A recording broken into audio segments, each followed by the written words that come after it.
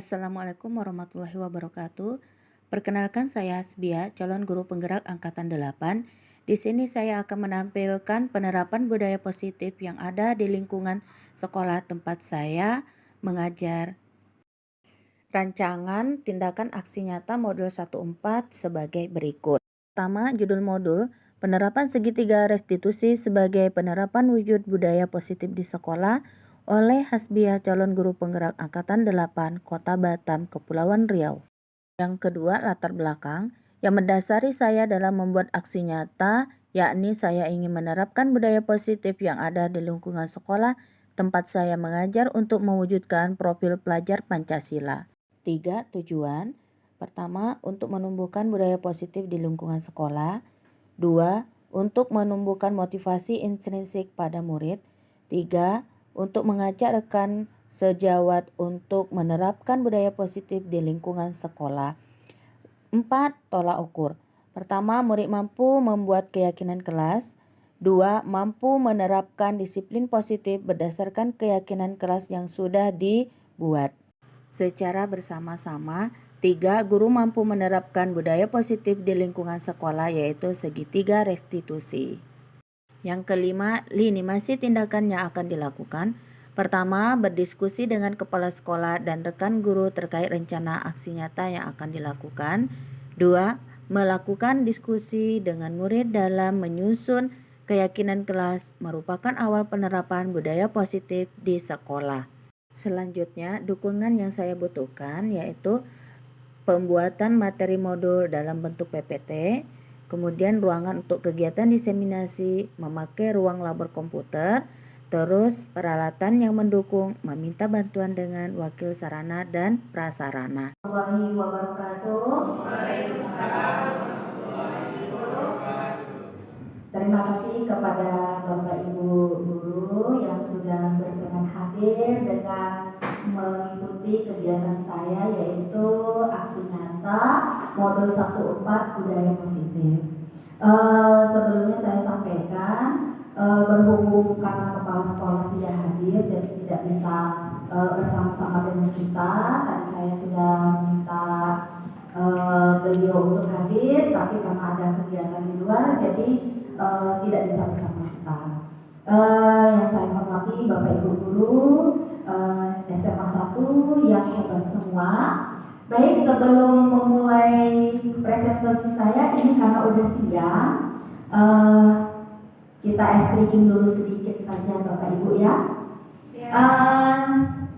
Kalau saya bilang tepuk 3 berarti tepuk.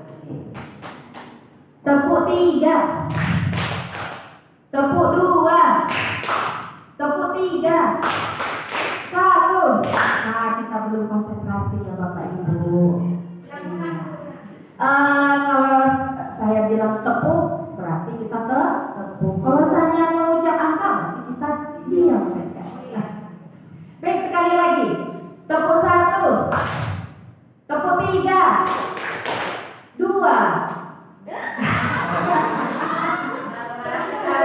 Ya nggak apa-apa. Ini hanya untuk menghilangkan supaya kita lebih refresh lagi. Ini juga bisa kita gunakan di dalam kelas, apalagi kita yang mendapat sesi kedua yaitu sesi siang pada saat mengajar. Nah, baik Bapak Ibu, di sini saya akan menyampaikan materi modul 14 yaitu budaya positif, di mana budaya ini memang perlu kita terapkan di dalam lingkungan sekolah kita. Ini saya menyampaikan refleksi terkaitan dengan pemahaman antara modul 1.1 yaitu filosofi Ki Hajar Dewantara, yaitu Ingarso Sungkulodo Imaja Mangunkuso Datuk Puri Handayani. Saya rasa ini Bapak Ibu sudah sering mendengar ya. Kita di sini guru diharapkan dapat memberikan contoh atau teladan yang baik bagi murid, dapat menuntun murid sesuai dengan kodratnya serta memberikan semangat dan motivasi kepada murid. Guru berperan penting dalam mewujudkan pembelajaran yang baik dan menyenangkan bagi murid. Ki Hajar Dewantara mengungkapkan bahwa dalam proses menuntun diri anak perlu merdeka dalam belajar serta berpikir, dituntun oleh para pendidik agar anak tidak kehilangan arah serta membahayakan dirinya. Nah, ini yang diharapkan oleh Bapak Ki Hajar Dewantara. Kemudian selain itu, di sini juga peran guru juga dalam membentuk karakter anak, yaitu dengan memasukkan nilai-nilai profil pelajar Pancasila, yaitu beriman bertakwa kepada Tuhan Yang Maha Esa dan berakhlak mulia, mandiri, bergotong royong, berkebinekaan global, bernalar kritis dan kreatif. Kesemua nilai profil pelajar Pancasila diharapkan ada pada diri anak, karena merupakan satu kesatuan yang tidak boleh terpisah atau berkurang. Nah, disinilah peran kita sebagai Bapak Ibu guru, bagaimana kita menumbuhkan peran-peran nilai-nilai dari profil pelajar Pancasila. Selanjutnya, fokus utama perubahan adalah murid. Nah, yang perlu diubah di situ adalah murid, dan proses pembelajaran adalah berpihak kepada murid. Untuk mewujudkan perubahan diperlukan adanya kolaborasi antara kepala sekolah, rekan guru, murid, orang tua, serta masyarakat, sehingga dapat terwujudnya pendidikan yang berpihak kepada murid berdasarkan filosofi Ki Hajar Dewantara dan profil pelajar Pancasila dengan menggunakan inquiry apresiatif di sekolah yang kita masuk atau yang sering kita kenal dengan visi sekolah. Berikutnya di sini adalah nilai dan peran guru penggerak. Nilai-nilai guru penggerak yang pertama kolaboratif. Nah, kita sebagai seorang guru tidak bisa, saya harus sendiri, saya yang paling hebat. Tetapi kita harus ada saling bekerja sama dengan sesama rekan sejawat, saling merefleksi. Kita bertanya kepada kawan, gimana tadi ya saya mengajar atau kita mengajar teman kita membuat media, itu namanya kolaboratif. Kemudian ada inovatif.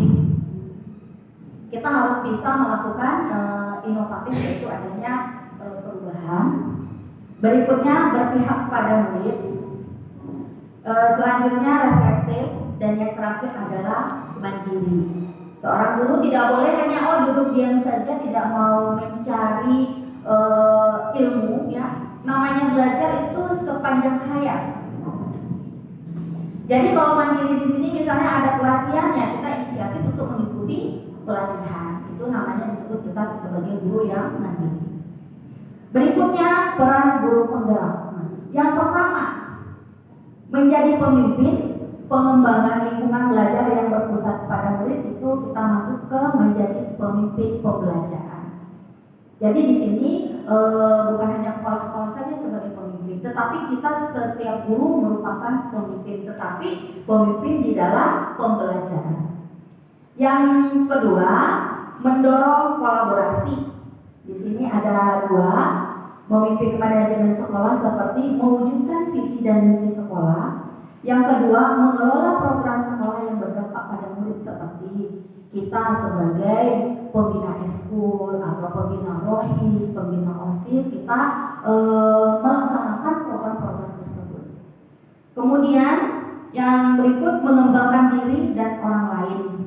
Nah, kita sebagai coach untuk guru lain, misalnya kita sudah mengikuti pelatihan atau workshop, kita mempunyai ilmu. Nah, ilmu yang kita dapatkan, kita sampaikan, kita berikan kepada rekan sejawat kita.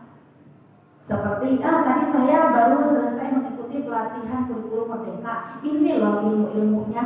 Nah, itu bisa kita ajarkan, kita sampaikan kepada teman-teman kita. Berikut, mewujudkan kepemimpinan murid. Yang pertama, murid sudah bisa merasa kompeten atau percaya diri. Kemudian kita bisa mewujudkan dengan mengatakan kepada anak murid kita, silakan mengikuti ekstrakurikuler yang cocok untuk Anda sesuai dengan bakat dan minatnya. Yang ketiga, salah satunya bisa mengikuti petugas upacara. Jadi anak-anak bisa melakukan aksi nyatanya melalui beberapa hal yang sudah ada program di sekolah. Kemudian yang kelima, memimpin pengembangan sekolah, yaitu menggerakkan komunitas praktisi. Kita sudah mempunyai komunitas praktisi, salah satunya kita sering mengikuti kegiatan FGMP, ya.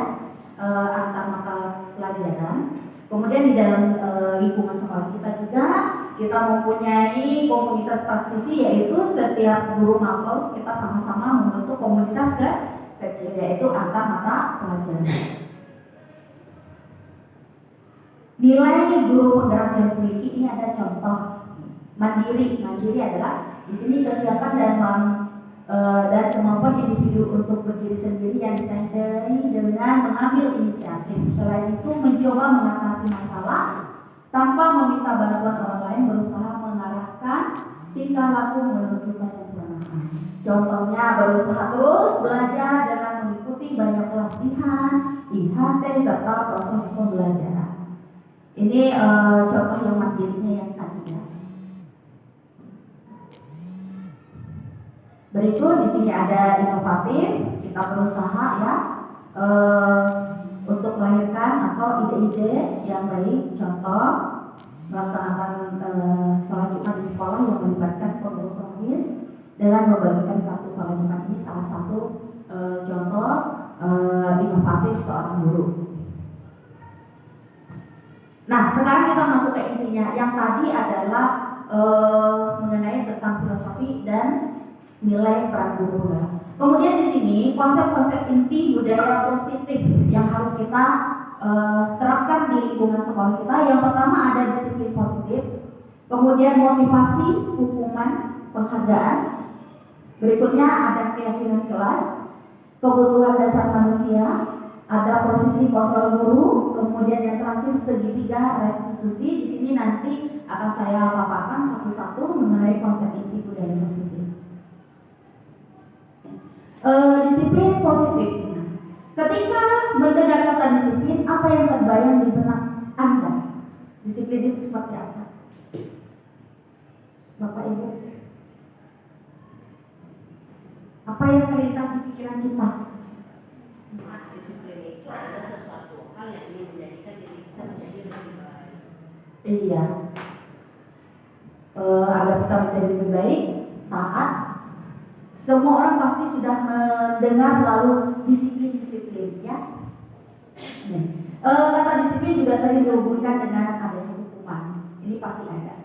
Contoh, kita sering terlambat, ada hukumannya. Padahal itu sungguh berbeda, karena belajar tentang disiplin positif tidak harus dengan memberi hukuman. Justru itu adalah salah satu alternatif terakhir dan bila perlu tidak digunakan sama sekali. Di sini mengenai disiplin positif menurut Ki Hajar Dewantara menyatakan bahwa di mana ada kemerdekaan, disitulah harus ada disiplin yang kuat. Sungguh pun disiplin itu bersifat self disiplin, yaitu kita sendiri yang mewajibkan kita dengan sekeras-kerasnya, tetapi itu sama saja. Sebab jikalau kita tidak cakap melakukan self disiplin, berarti kita disiplin pribadi ya. Wajiblah penguasa lain mendisiplinkan kita. Dan peraturan demikian itulah harus ada di dalam suasana yang merdeka. Ini pemikiran konsep Ki Hajar Dewantara. Di sini Ki Hajar menyatakan bahwa untuk mencapai kemerdekaan atau dalam konteks pendidikan kita saat ini, untuk menciptakan murid yang merdeka, syarat utamanya adalah harus ada disiplin yang kuat. Terutama disiplin yang dimaksud adalah disiplin diri yang memiliki motivasi internal. Saya tidak boleh terlambat. Nah, itu motivasi dari dalam. Kalau ekstrinsik berarti itu motivasi dari luar. Kebanyakan biasanya ya ada yang berhasil, tetapi kebanyakan tidak. Kemudian motivasi.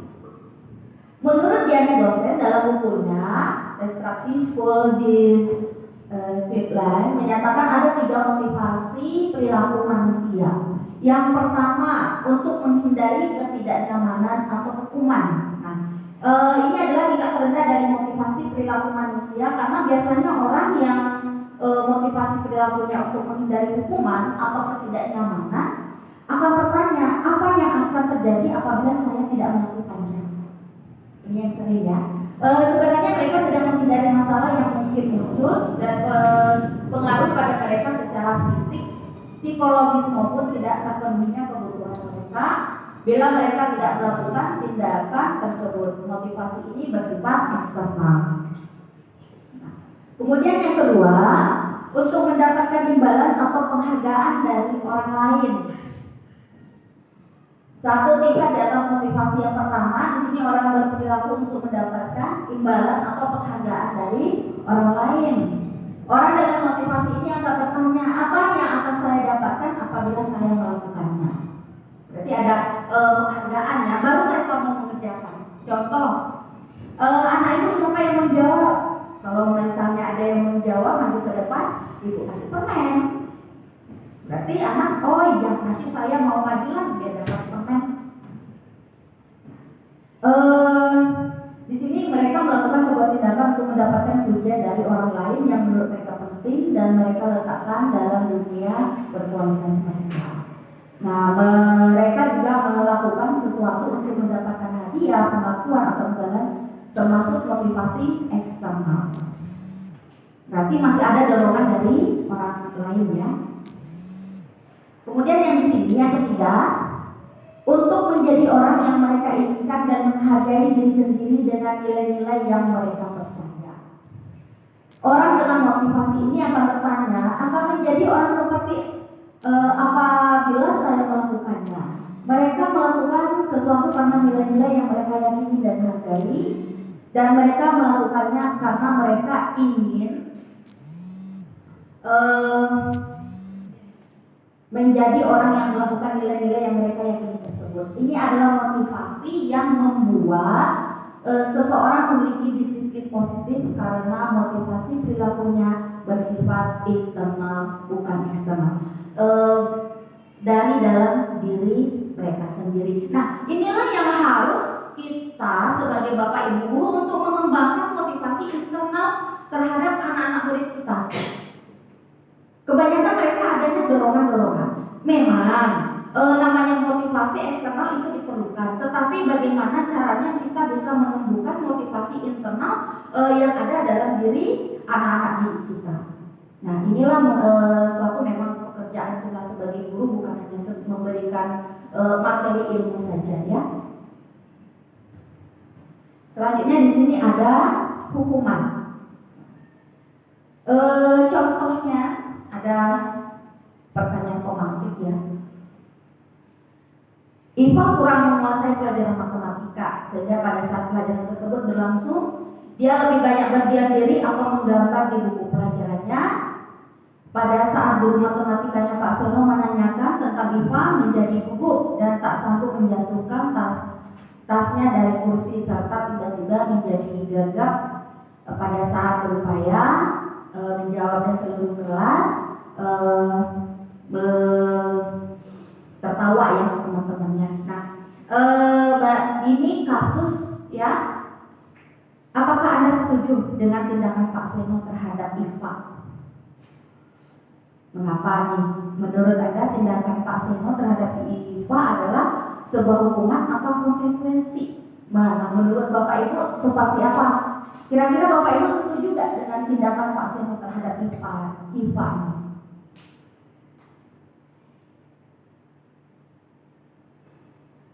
Iva kurang menguasai pelajaran matematika, lebih banyak berdiam, takut mungkin atau segala macam ya. Dipanggil ke depan, guru nggak usah menjawab.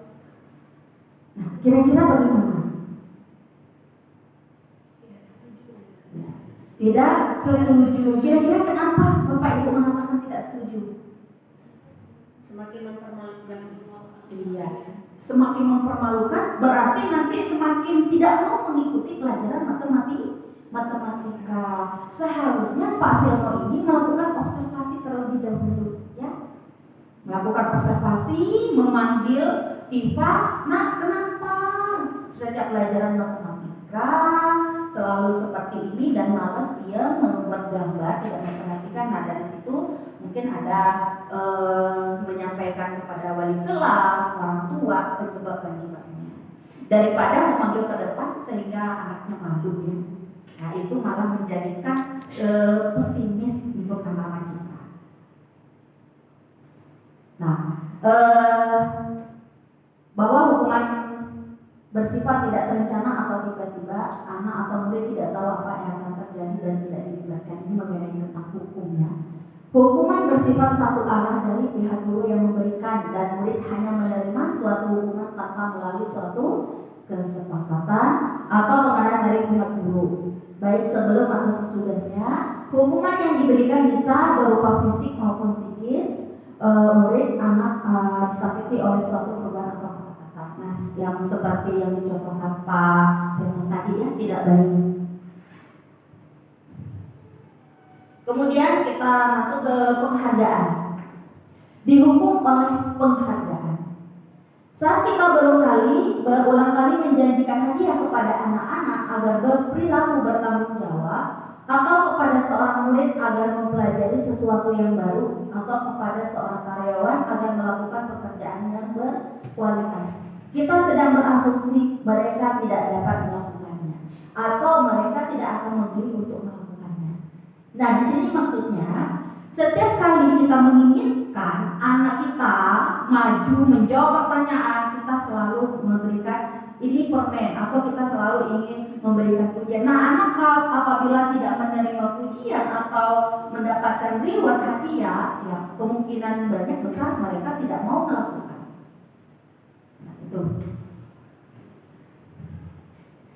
Terus di sini penghargaan menurut Al-Fiqh ya mengemukakan baik penghargaan maupun hukuman adalah cara-cara mengontrol perilaku seseorang yang menghancurkan potensi untuk pembelajaran yang sesungguhnya.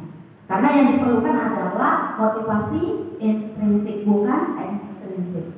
Menurut Kohn, secara ideal tindakan belajar itu sendiri adalah penghargaan sesungguhnya. Kohn selanjutnya juga mengemukakan beberapa pernyataan dari hasil pengamatannya selama ini tentang tindakan memberikan penghargaan yang nilainya sama dengan menghukum seseorang. Ini menurut Al-Fiqh. Jadi antara penghargaan dan hukuman itu tidak jauh berbeda. Selanjutnya kita masuki yaitu keyakinan sekolah atau kelas. Mengapa keyakinan kelas? Mengapa tidak peraturan kelas saja? Jawab pertanyaan berikut. Mengapa kita memiliki peraturan tentang penggunaan helm pada saat mengendarai kendaraan roda 2 atau motor? Nah, di sini kemungkinan jawaban kita adalah untuk keselamatan ya. Nah, kemudian yang kedua, mengapa kita memiliki peraturan tentang penggunaan masker dan mencuci tangan setiap saat? Nah, mungkin jawaban kita adalah untuk kesehatan atau keselamatan. Padahal nilai-nilai keselamatan atau kesehatan itulah yang kita sebut sebagai suatu keyakinan. Jadi yang mengapa tidak peraturan kelas? Karena kita yakin bahwa nilai kesehatan dan keselamatan merupakan salah satu keyakinan. Kita yakin kalau kita mau selamat ya harus pakai helm. Tidak perlu harus menunggu kalau tidak pakai helm, kalau saya keluar nanti dapat surat tilang dari polisi. Jadi kita menggunakan helm karena takut dikirim surat tilang. Itu ya. Tapi kalau misalnya kita yakin, saya memakai helm bukan karena surat tilang atau apa, karena untuk keselamatan. Begitu juga dengan di kelas. Nanti kalau seandainya siswa sudah punya motivasi diri, saya harus cepat datang ke sekolah, bukan karena alasan kalau saya terlambat nanti dapat hukuman, tidak. Mereka akan menganggap kalau saya terlambat berarti saya ketinggalan pelajaran, yang ini adalah saya. Kemudian proses pembentukan keyakinan kelas di sini adalah rangkaiannya. Yang pertama, mempersiapkan warga sekolah atau murid di sekolah atau kelas untuk mencurahkan pendapat tentang peraturan yang perlu disepakati di sekolah atau kelas. Setelah mendapat, kemudian mencatat semua masukan para murid di papan tulis atau di kertas ukuran poster di mana semua anggota kelas atau warga sekolah bisa melihat hasil curahan pendapat mereka. Kemudian susulah keyakinan kelas sesuai dengan prosedur pembentukan keyakinan sekolah atau kelas. Gantilah kalimat-kalimat dalam bentuk negatif menjadi positif. Contohnya, keyakinan kelas yang misalnya ada yang ingat jangan berlari di kelas atau koridor. Tapi bagusnya yang kalimat positif berjalanlah di kelas atau koridor. Jadi berbeda makna, walaupun sebenarnya tujuannya sama. Silakan berjalan. Nah, jadi nanti kalau biasanya kalau kalimat positif kalau berjalan ya kita harus berjalan. Biasanya jangan berlari. Pikiran anak yang dilihat ada lari. Itu biasanya ya. Nah, selanjutnya budaya positif berikutnya adalah 5 kebutuhan dasar manusia. Manusia mempunyai kebutuhan dasar. Yang pertama kebutuhan untuk bertahan hidup. Yang kedua cinta dan kasih sayang. Yang ketiga kebebasan. Yang keempat kesenangan. Dan yang kelima kekuasaan atau power. Nah, di sini kita harus memahami dalam kehidupan kita yang namanya kebutuhan dasar manusia, terlebih kepada anak didik kita, terutama pada saat mereka melakukan kesalahan. Pada saat mereka melakukan kesalahan, kita melakukan observasi dulu, tidak menjudge. Ini anak bandel sekali.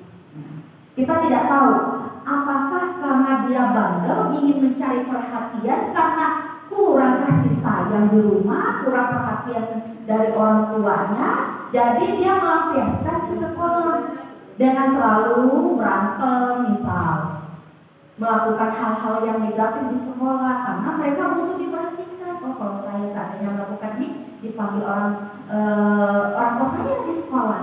Nah, nanti wali kelas akan mengatakan Bapak Ibu tolong diperhatikan anaknya di rumah. Nah, jadi ini salah satu mungkin dasar. Jadi kita sebagai guru ataupun wali kelas, kita harus melakukan observasi terlebih dahulu anak kita ini apa yang kurang. Kalau seandainya sudah tercukupi semua kebutuhannya, ya insya Allah anak akan datang ke sekolah ya dengan senang hati, mau belajar, menerima, bersosialisasi dengan kawan-kawannya. Karena apa?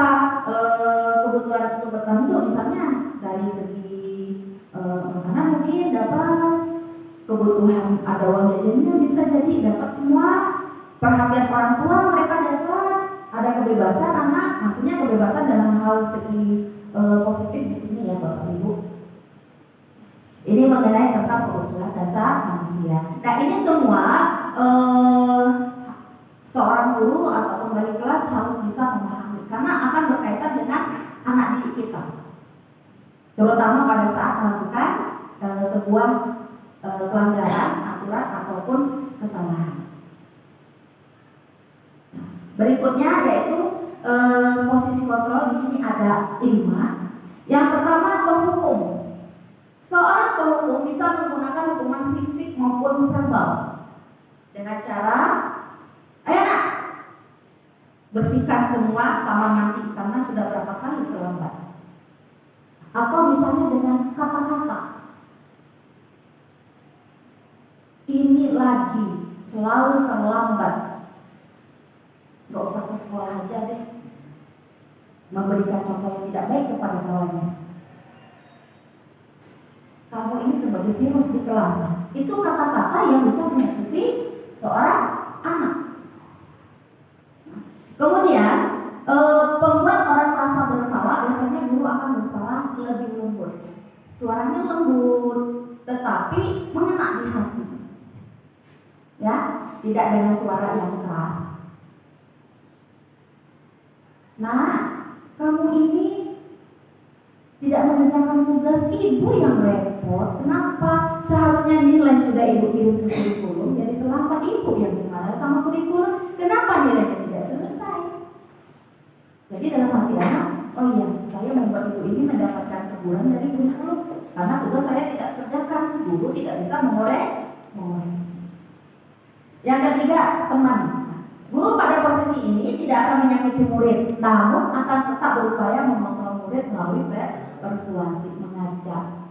Enak gimana tadi, kenapa terlambat? Nah, seperti itu adanya posisi sebagai teman. Yang keempat, monitor atau pemantau. Nah, memonitor ini berarti mengawasi. Mengawasi ya bisa dengan bekerja sama juga dengan ketua kelas. Nah, tolong nanti lihat ya siapa yang berikut catat namanya. kemudian lapor ke ibu, ke guru piket. Nah itu namanya memantau. Kalau misalnya si A ribut lagi ke poros tempat, bu ini nama-namanya langsung dipanggil. Nah, itu namanya pemantau. Kemudian yang terakhir adalah manajer. Nah, manajer di sini yaitu respon yang menunjukkan tanggung jawab guru dalam posisi terakhir. Manajer adalah posisi mentor di mana guru berbuat sesuatu bersama dengan murid, mempersilahkan murid mempertanggungjawabkan perilakunya, mendukung murid agar dapat menemukan solusi atas permasalahannya sendiri. Nah, di sini posisi di antara 5 posisi diharapkan guru mempunyai posisi manajer. Berarti mengajak bagaimana supaya anak yang melakukan kesalahan dia menyadari kesalahannya, memperbaiki kesalahannya, bertanggung jawab atas masalah yang sudah diperbuat. Kita belajar bagaimana anak bisa bersikap dewasa. Ini ya Bapak Ibu mengenai 5 posisi kontrol. Nah ini ada contoh-contohnya ya, penghubung dengan nada suara tinggi, bahasa terlambat lagi, pasti terlambat, selalu datang terlambat. Nah hasilnya kemungkinan murid marah dan dendam, bersifat agresif ya, membuat merasa bersalah. Ini tadi ada satu contoh ya. Nanti kamu ini bagaimana ya? Kamu sudah janji dengan ibu tidak akan terlambat lagi. Nah, murid akan merasa bersalah. Selanjutnya teman dengan suara ramah, akrab, bercanda. Nah, Adi ayolah bagaimana sih kamu? Biar ringan ketawanya. Seperti itu contohnya ya. Di sini hasilnya murid akan merasa senang dan akrab dengan guru. Kemudian yang pemantau tadi sudah saya jelaskan juga. Di sini ada contoh, tidak perlu saya jelaskan lagi karena mengingat waktu sudah hampir sore ya Bapak Ibu. Semangat Bapak Ibu. Iya, walaupun udah sore ya. Iya, tambah lagi hujan gerimis. Suasananya mengingatkan kita pulang ke rumah. Aduh, kasur ini yang enak. Yang terakhir di sini ada manajer. Nah, manajer ini adalah contohnya kita bukan membuat murid mendapat hukuman yang berat, merasa bersalah, atau misalnya kalau kadang murid menganggap kita sebagai teman, ada kurang menghargai. Ya, ini teman, menganggap seperti teman. Tetapi kadang dengan menganggap murid itu menganggap kita sebagai temannya, sepertinya rasa bagaimana menghormati orang tua itu berkurang. Ini yang terakhir budaya positif yaitu restitusi. Ada segitiga restitusi menurut Diana Bosser. Di sini tujuan dari dasar segitiga restitusi menurut Diana Bosser yaitu mengubah identitas anak yang bersalah dari orang gagal menjadi orang sukses. Pertama, menstabilkan identitas. Apabila anak melakukan kesalahan, kita menanyakan. Ya, contoh, nak tadi ibu dapat laporan kamu melakukan kesalahan tadi. Ya, menstabilkan. Kita mengingatkan dia sudah membuat kesalahan. Kemudian yang kedua, validasi tindakan yang salah. Nah, dari kesalahan yang sudah diperbuat, nah kira-kira kalau kamu melakukan kesalahan ini apa akibatnya? Anak akan menjawab, merasa oh ya, ini akibat apabila saya melakukan kesalahan. Kemudian yang ketiga, menanyakan keyakinan. Nah, keyakinan yang sudah kita sepakati. Ini sebuah cara menanamkan disiplin positif pada murid yang tadi gambar segitiga restitusi. Di sini restitusi adalah proses menciptakan kondisi bagi murid untuk memperbaiki kesalahan mereka sehingga mereka bisa kembali pada kelompok mereka dengan karakter yang lebih kuat. Nah, anak nih berselisih atau berkelahi dengan 2 orang temannya. Nah, kita bagaimana cara anak yang berkelahi tadi menyelesaikan masalah mereka berdua sehingga setelah selesai masalah anak tidak ada lagi yang merasa oh saya benci dengan dia pernah bertengkar atau apa. Mereka akan kembali dengan kelompok mereka, maksudnya akan tetap berteman walaupun sudah pernah terjadi perselisihan. Nah, restitusi di sini juga proses kolaboratif yang mengajarkan murid untuk mencari solusi atas masalah dan membantu murid untuk berpikir tentang orang seperti apa yang mereka inginkan dan bagaimana mereka harus memperlakukan orang lain. Terima kasih. Di sini saya akan memberikan satu contoh mengenai aksi apa? Contoh restitusi.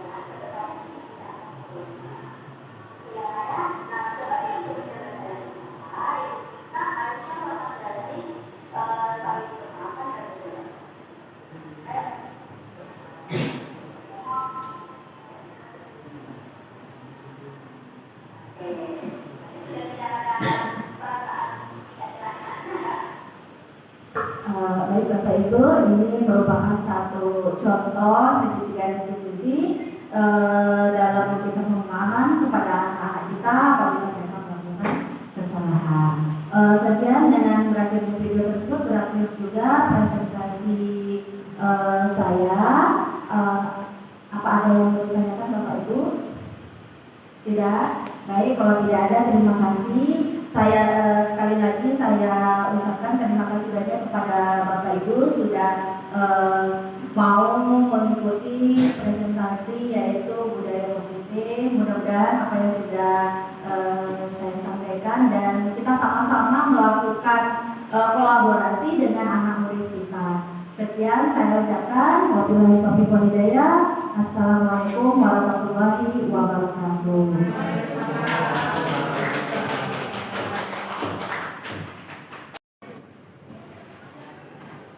Assalamualaikum warahmatullahi wabarakatuh. Waalaikumsalam warahmatullahi wabarakatuh. Baik, anak-anak semua, hari ini kita mulai pembelajaran ya.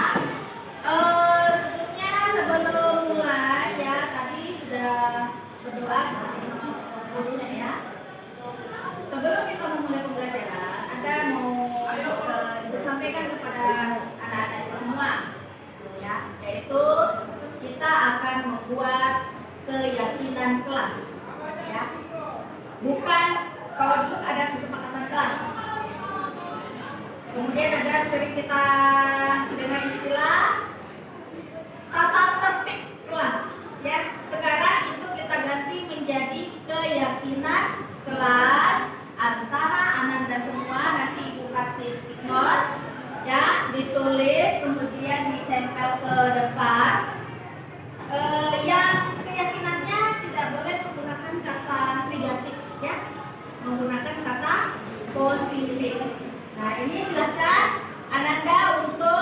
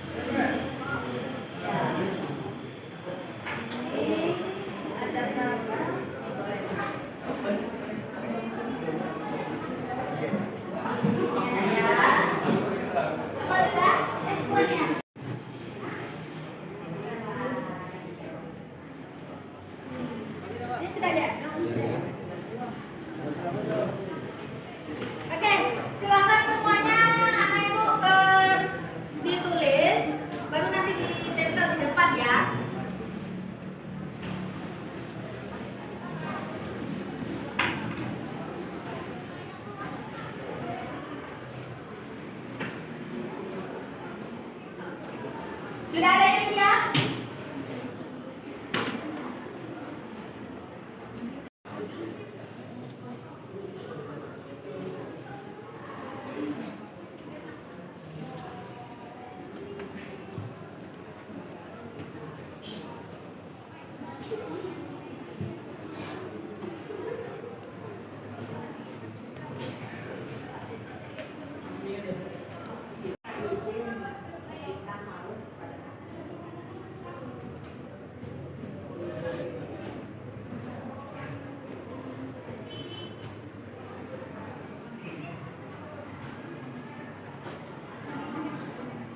Sudah, yang sudah silakan ditempel ke depan, Nak. Nanti baru kita lihat yang ditempel di depan aja.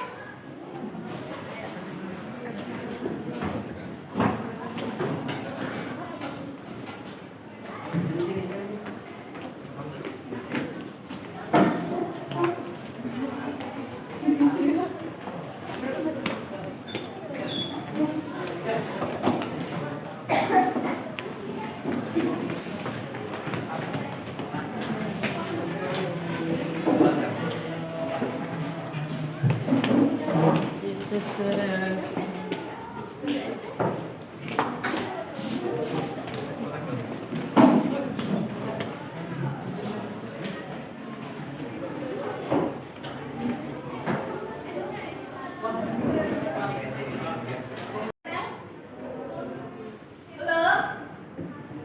Ada? Sudah, oke. Sekarang Ibu bacakan dulu. Ini keyakinan kelas bersama-sama.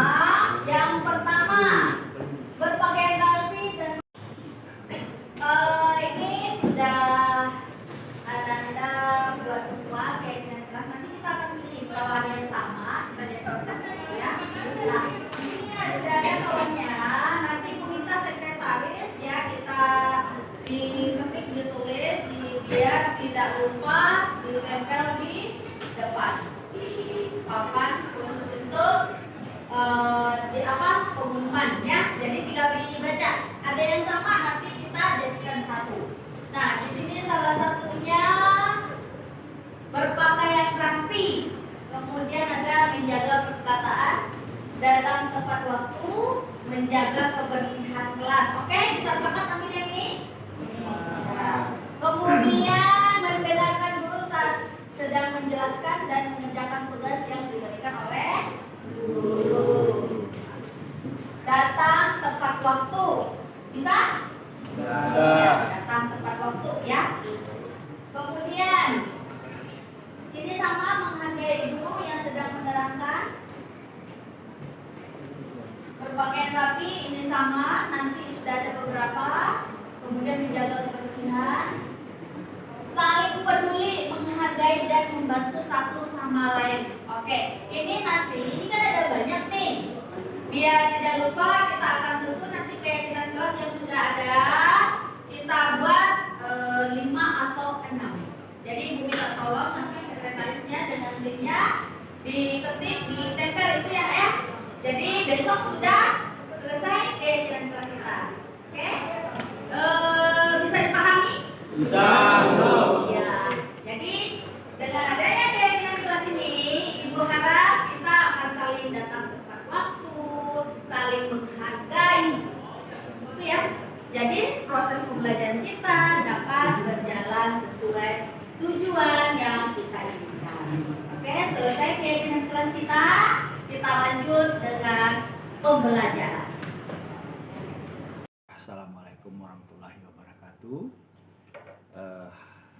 Apa yang telah dilakukan oleh calon guru penggerak di SMA Negeri 1 Batam, yang dilakukan oleh Bu Desi Handayani, SPT, dan juga Ibu Hasbiah di sekolah ini, ya saya sangat mendukung dan menyambut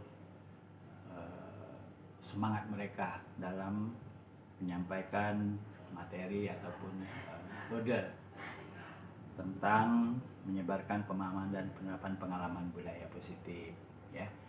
Beberapa budaya positif itu ya berdasarkan kepada nilai-nilai kebajikan, di mana dapat diambil dari norma-norma agama dan juga nilai-nilai yang terkandung di dalam kehidupan masyarakat berbangsa dan bernegara.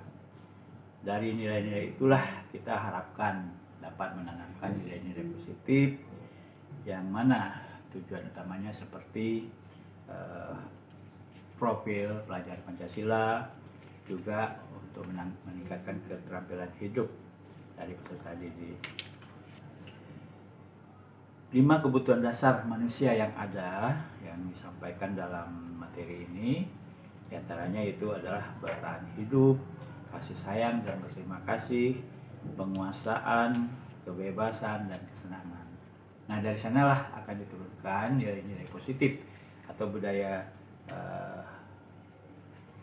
positif dalam rangka praktik-praktik baik yang diterapkan di sekolah, baik untuk manfaatnya di lingkungan sekolah, di lingkungan keluarga, dan juga lingkungan masyarakat yang dikembangkan nantinya.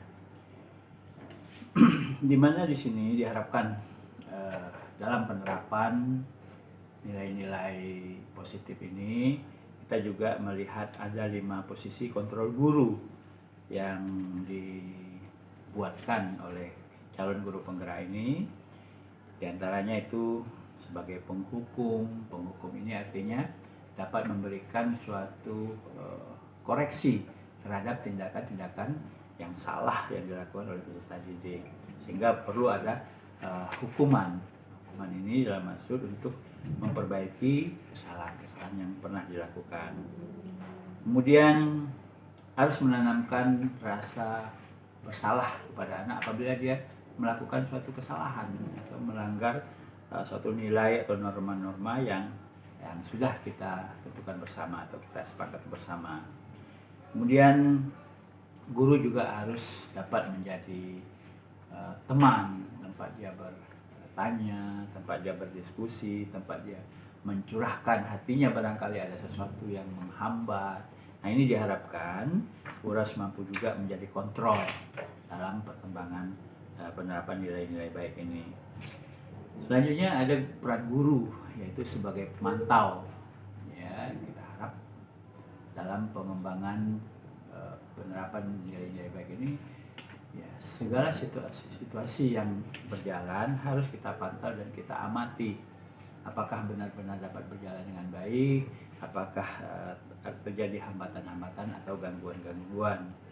Dan juga di samping itu, nah, salah satu peran guru dalam penerapan nilai-nilai nilai positif ini, ya, guru juga harus bersifat harus memiliki jiwa kepemimpinan, harus bisa mengatur, mengelola, dan juga mengevaluasi semua program yang sudah dijalankan. Nah, ini disebut dengan program peran kontrol guru sebagai manajer. Jadi secara implisit, guru juga memiliki peran penting dalam penerapan nilai-nilai positif atau praktik baik yang akan diterapkan di sekolah. Anak adalah sebagai objek yang menjalankannya dan menjadi suatu harapan agar praktik-praktik baik ini dapat diterapkan di lingkungan sekolah terutama sekali, dan juga lingkungan keluarga, serta dapat juga dirasakan di lingkungan masyarakat. Demikian tanggapan saya terhadap program nilai-nilai baik atau nilai positif atau praktik baik yang sudah dikembangkan oleh para calon guru penggerak ini. Selamat untuk Ibu Desi Handayani dan juga Ibu Hasbiah. Semoga program ini dapat berjalan sukses dan dapat menjadi inspirasi bagi calon guru penggerak yang lainnya. Demikian, terima kasih. Assalamualaikum warahmatullahi wabarakatuh. Assalamualaikum warahmatullahi wabarakatuh. Perkenalkan, saya Hermawati, guru SMA Negeri 1 Batam. Menurut saya, Ibu Hasbiah dan Ibu Desi Handayani sudah melakukan budaya positif yang sudah baik. Seperti ketika Bu Desi dan Bu Hasbiah melakukan keyakinan kelas dengan menerapkannya dengan melibatkan siswa, sehingga siswa menjadi lebih mandiri dan siswa tahu apa kewajibannya. Selain itu, Bu Desi dan Bu Hasbia sudah menerapkan konsep restitusi di sekolah sudah cukup baik. Nah, kemudian murid menjadi lebih bertanggung jawab, mandiri, serta merdeka setelah melakukan penerapan segitiga restitusi. Hal yang perlu diperbaiki mungkin tentang posisi kontrol guru. Karena terkadang Bu Desi dan Bu Hasbia memposisikan sebagai penghukum, membuat rasa bersalah teman dan pemantau. Bu Desi dan Bu Hasbia belum mencapai posisi manajer. Kedepannya saya harapkan Ibu Bu Desi dan Bu Hasbia bisa mencapai sebagai posisi manajer. Demikian, Assalamualaikum warahmatullahi wabarakatuh.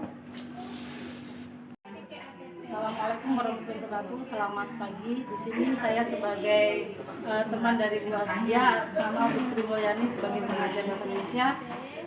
Setelah saya mengikuti kegiatan aksi nyata yang telah dilakukan oleh Ibu Hasbia, saya akan memberikan umpan balik sedikit tentang kegiatan aksi nyata budaya positif. Menurut saya budaya positif itu sangat bagus untuk diterapkan di sekolah kami, terutama untuk mengubah budaya-budaya yang kurang baik yang ada di SMA Negeri 1 Batam, dan harapan saya untuk kedepannya tidak hanya Bu Hasbia tetapi juga menggerakkan kami sebagai teman pengajar sehingga bisa mewujudkan sekolah kami yang bisa membudayakan budaya-budaya positif yang telah diberikan oleh Bu Hasbia, sehingga SMA Negeri 1 kami bisa menjadi lebih maju dan berkembang budaya-budaya positif yang telah diajarkan dan menjadi budaya yang baik dan bisa diterapkan di SMA Negeri 1 untuk kedepannya nantinya. Itu aja yang bisa saya sampaikan, yang saya berikan berbalik. Assalamualaikum warahmatullahi wabarakatuh. Assalamualaikum warahmatullahi wabarakatuh. Perkenalkan, nama saya Yeni Sasmita. Saya rekan sejawat dari Bu Desi Handayani dan Ibu Hasbia. Di sini saya ingin menyampaikan pendapat saya mengenai budaya positif yang telah disampaikan oleh Bu Desi Handayani dan Ibu Hasbia, di mana mereka sudah berusaha menerapkan budaya tersebut di sekolah kami. Saya harap ke depannya dengan budaya positif yang telah dijelaskan dan diterapkan tersebut dapat membuat sebuah perubahan yang signifikan untuk kebaikan sekolah kami ke depannya. Dan juga saya harap itu juga dapat memotivasi kami guru-guru yang lain yang mungkin masih belum bisa memahami tentang itu, tapi dari penjelasan Bu Hasbia dan Bu Desi Handayani itu akan sangat memotivasi kami untuk ikut turut serta membudayakan budaya positif tersebut, dan gitu juga hendaknya kepada siswa kami supaya ikut turut serta dalam membudayakan segala hal yang positif tersebut. Demikian dari saya. Terima kasih. Assalamualaikum warahmatullahi wabarakatuh. Demikianlah paparan diseminasi yang sudah saya sampaikan kepada teman-teman rekan sejawat. Semoga bisa mendapatkan ilmu yang bermanfaat dari presentasi ini dan saya dapat melanjutkan secara kontinu untuk menerapkan di sekolah. Mudah-mudahan dapat bekerja sama semuanya dengan pihak warga sekolah. Sekian saya ucapkan. Assalamualaikum warahmatullahi wabarakatuh.